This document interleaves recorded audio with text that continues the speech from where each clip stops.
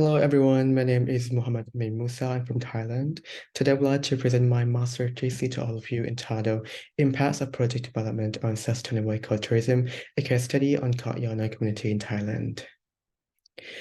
This is my thesis presentation outline, so I'll be starting from introduction, research gap and novelty, problem statement, research aim and objectives, and research questions, Koh Yanai and Lomley community, introduction, theory, methods, findings, and discussion, conclusion, and references. Introduction. Thailand tourism sector is critical to our economy. In 2017, Thailand had the highest number of international tourist visits in the ASEAN region with 35.38 million visitors. Thailand also ranked second in Asia and ninth in the world. Island tourism becomes an important part of Thailand's tourism sector. Thailand has abundant island tourism resources, and its island tourism industry has gradually developed into an important part of its tourism industry.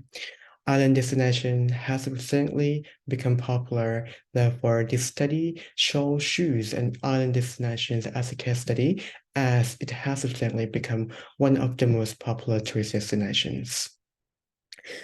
Research gap and novelty. The previous studies are mostly focused on tourism itself. Lately, we can see that since sustainability and ecotourism become a high demanded topics globally to meet sustainable development goals, or SDGs. A focus on ecotourism and construction project development is too lacking. Therefore, this study will fill this gap by studying on the construction development project in island destinations towards sustainable ecotourism. The lack of effective stakeholders collaboration is one of the factors supported in the literature as impeding the success of ecotourism. Problem statement. Firstly, developing new tourism infrastructures such as the construction of a tourism development project on an island requires planning to minimize any negative impacts of a construction project on an island. Secondly, the project must adhere to stringent environmental regulations and have the smallest possible impacts on the local ecosystem. Next, long-term viability ensures that the project is economically viable and will not harm the local environment or community. And lastly, the need to balance the interest of multiple stakeholders, including residents, investors, and government agencies. This is my research aim and objectives. First thing first, the biggest picture, the big aim is that to explore the Koh Yanai Island stakeholder collaboration towards construction project development on sustainable ecotourism. I have two objectives. First thing first is to access stakeholders' collaboration towards project development on sustainable ecotourism in Koh Yanai. And lastly, to recommend for effective and efficient collaboration for sustainable ecotourism and future project development in Koh Yanai and island destinations. This is my research question. So I question that how do stakeholders perceive the construction project development and how can stakeholders work more effectively and efficiently towards a joint purpose in eliminating the negative impacts of project development on sustainable ecotourism. Why I chose Koh Yanai? Koh Yanai is also known for its strong collaboration with the community, according to Vishapankun and Vichayakawin. Koh Yanai is located between the famous island destinations of Phuket and Krabi with 5,400 total inhabitants. There were 97,000 tourists visiting Koh Yanai in 2021, which is the second highest number of tropical island destination in Bangka province. Koh Yanai is also a very important island destination. According to Agios, a smaller, less populous island is ideal for ecotourism destinations due to their limited anthropogenic impact and their ability to meet the demands of hot ecotourists. Additionally, they are less susceptible to habitat fragmentation.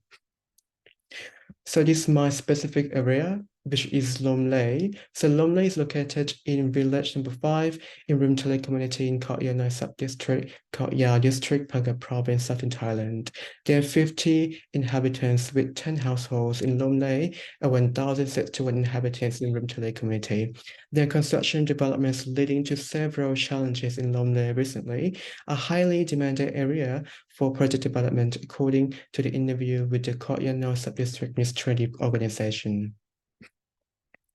The theory. So we choose the stakeholder theory to understand and identify stakeholder attributes. And we also chose pentahelix collaboration model to identify dominating stakeholder for this case. There are several perspective aspects, stakeholders attributes according to several order from this case. So I choose, for example, Michelle, Crawford, Blumentritt, and Fennell. So we can see they have various stakeholder attributes for each order. For example, Michelle. So the stakeholder attributes are such as power, legitimacy, and agency, while Crawford such as interest, values, motivations, and skills, which are the main stakeholder attributes. While they also suggested the additional attributes such as participation, collaboration, inclination, and communication skills. While Blumentritt, they presented influence, power, expertise, and knowledge. And lastly, Fanal, they suggested level of interest and involvement, level of influence and power, expertise and knowledge, and willingness to collaborate and communicate. So this stakeholder collaboration model on sustainable ecotourism pentahelix collaboration model here. So we can see from the left side, so pentahelix collaboration model has included 5 various stakeholders such as academia, business, community, government, and media. However, I also included tourists as one of the stakeholders in this case, so which is the adapted pentahelix collaboration model for sustainable ecotourism because tourists play a very important role in tourism. Right, so this is the dominating stakeholders that need to be analyzed for this case. So I have chosen 4 major dominating stakeholders, such as government, community, business, and tourists. This is my research method. So for the study design, defines group, and also participants demographics, we can look at the first one, study design. So I chose qualitative approach with semi-structure interview. So I had preliminary interview, final interview, prescription, and content analysis. Second one is define group. So of course, we have 4 dominating stakeholders, such as local business enterprises, local communities, local government, and tourists. And lastly, our participants demographics. So we have preliminary interview with 32 persons and the final interview with 12 persons. Right, so this is a preliminary interview with selected stakeholders from various backgrounds. So we have hotel manager, restaurant owner, trading business, architect, tour operator, and tourists. In total, 32 interviewees. And this one is the final interview with the meeting stakeholders. We have interviewed 12 people, including tourists, business enterprises, local communities, and local government. This is an ongoing project development construction project in Lomley in Khao Yai Noi. There are one is Khao Yai Bay Pavilions Resort. Second one is new villa construction, which is belonging to Indian investor. Right, so this one is findings. So we have perceived impacts of construction project development. So I have categorized into 2 themes. The first one is environmental perceived impact, and the second one is non-environmental perceived impact. We can see, for example, from the environmental perceived impacts. So we have, for example, the road damage, noise, green area decrease, water shortage, water drainage, and etc. So each stakeholder group has a different point of view or a different perception on this theme. And also for the non-environmental perceived impact, each stakeholder also have a different perceived impact on this non-environmental impact as well. I would present here, we can see, for example, at the environmental perceived impact, the first one, the road damage, for example, all stakeholders agree that the construction project development would impact or affect the road damage and also the noise as well. The project going on also affect the noise in that area. And for the non-environmental impact, because in law and regulation, all stakeholders agree that the construction project development also affects the law and regulation. And also it is regarding the attitudes of each stakeholder as well. Communication, also we can see the local community and local business also suggested that communication is one of the impact that would result in the non-environmental impact because of the project going on. While business, local business always thought their business would be affected by the project development going on in the area. Right, so these are the findings. So perceived stakeholder collaboration of construction of project development. We can see stakeholder attributes, collaboration level of each stakeholder, because stakeholder group, for example, business enterprise, they have level of interest and involvement, which are both low and high. For level of influence and power is low, expertise and knowledge is high, and willingness to collaborate is also low and high. While the local communities, they have all mostly high level of each collaboration level, except the level of influence and power. For the local government, they have both low and high level of interest and involvement, and level of influence and power, and high level of expertise and knowledge, and high level of willingness to collaborate. And lastly, tourists, they have high level of interest and involvement, high level of expertise and knowledge, high level of collaborate, and low level of influence and power. Right, so what can be interpreted from the findings? So this is the findings summary.